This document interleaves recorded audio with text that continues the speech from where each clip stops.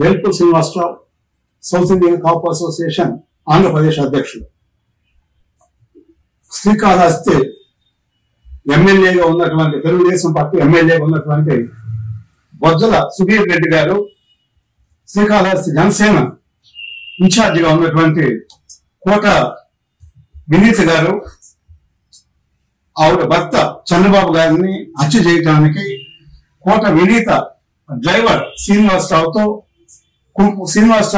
కుమ్మక్కయ్యి హత్య చేయడానికి ప్రయత్నం చేశారని చాలా క్లియర్ గా కోట వినీత గారు చెప్పడం జరిగింది. అదే విధంగా శ్రీనివాసరావు వీడియోలో కూడా చాలా స్పష్టంగా మనం చూసాం అన్నమాట.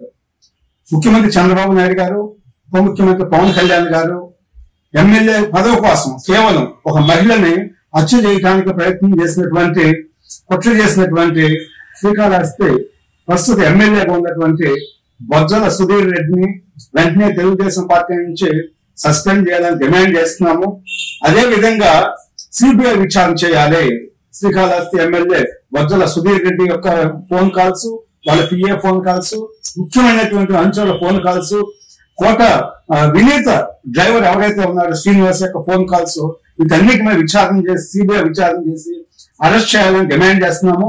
ఆంధ్రప్రదేశ్ లో జగన్ ప్రభుత్వంలో మహిళలకు రక్షణ లేదు అనేటువంటి ఉద్దేశంతో మహిళా లోకం పెద్ద ఎత్తున ఉద్యమించి కూటమి ప్రభుత్వానికి అధికారం ఇచ్చింది.